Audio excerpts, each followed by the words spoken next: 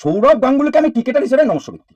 একজন চোট্টা দাগাবাজ চিটিংবাজ যদি কেউ থাকে বাংলার বুকে, ক্রিকেটার হিসেবে বলছি না কিন্তু, নাচরে বালি রচনা তো ব্যানার্জি না, ঢিসুম ডাসুমে ধর্মেন্দ্র, আর নাচনে কোদনে হেলেন, আর দিদি নাম্বার ওয়ানে রচনা ব্যানার্জি পশ্চিমবাংলায়। তার এই দিদি নাম্বার ওয়ানে রচনা ব্যানার্জি যখন দাঁড়ালো হুগলি লোকসভায়, তখন তাকে প্রশ্ন করছে সাংবাদিকরা যে এখানে সিঙ্গুরে টাটা কারখানা চলে গেল। তখন বলছে কেন, আমি তো রাস্তায় আস্তে আস্তে ধোঁয়া দেখতে পেলাম। অর্থাৎ কেউ বিড়ি খাচ্ছে বা ইটভাটার ধোঁয়াতে দেখে বলছে ধোঁয়া, আবার বলছে টন টন কিলো কিলো জল বেরোচ্ছে। তা আমি জানি না বাপের জন্মে টন টন কিলো কিলো জল হয় কিনা, আর কোথায় টন টন কিলো কিলো মাপা যায় তাও জানি না। সুতরাং চিকন চাকুন ডাগুর ডুগুর থাকলেই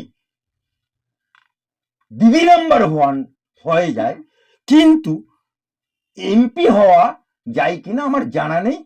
তাহলে আমাকে একবার রচনার সাথে, নাচনে কোদনে হেলেনের সাথে একটু মোলাকাত করতে হয়, তারপরে আমি বলতে পারবো উনি কি করে জিতেছেন, হাম্পি ডাম্পি করে জিতেছেন না মমতা ব্যানার্জির সিম্বল নিয়ে জিতেছেন, সেটা বিচার্য জনতা জনার্দনই তা বিচার করবে। জৈসা কর্ম আইসা ফল, জৈসা হাড়ি আইসা ঢাক্কান।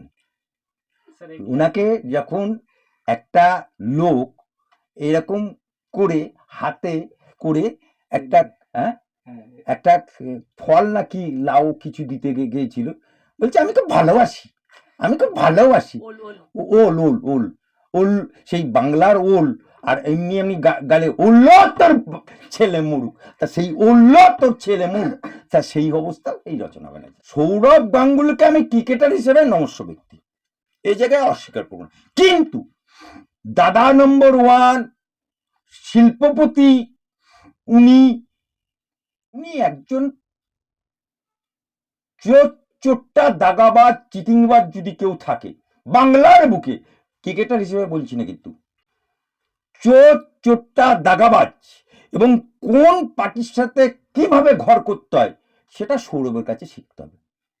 চুরি কেমন করে করতে হবে সৌরভের কাছে শিখতে হবে, চিটিংবাজি কেমন করে করতে হবে সেটা সৌরভের কাছে শিখতে হবে, দল পরিবর্তন কি করে করতে হবে সৌরভের কাছে শিখতে হবে, সেটিং কিভাবে করতে হবে সেটা সৌরভের কাছে শিখতে হবে। এ মাস্টার লোক। আপনাকে একটা উদাহরণ দিচ্ছি, জমি হড়প করতে হবে কি করে সেটা সৌরভের কাছে শিক্ষা নিতে হবে, অনেক দাদাকে শিক্ষা নিতে হবে।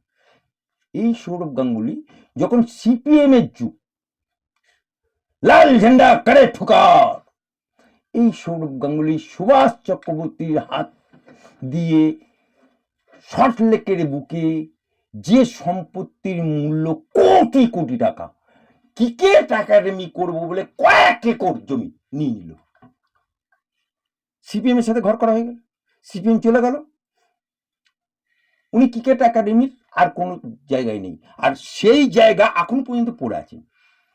ক্রিকেট একাডেমি কোথায় হলো জানি না, আর ওনার বিবিএ এখন ডোনা ডোনা ডোনা উঠছে ডানা হয়ে।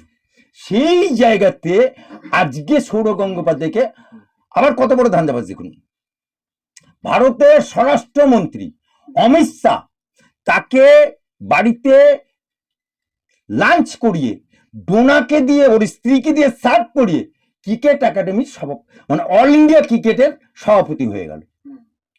তাহলে বিজেপির সাথেও ঘর করা হলো।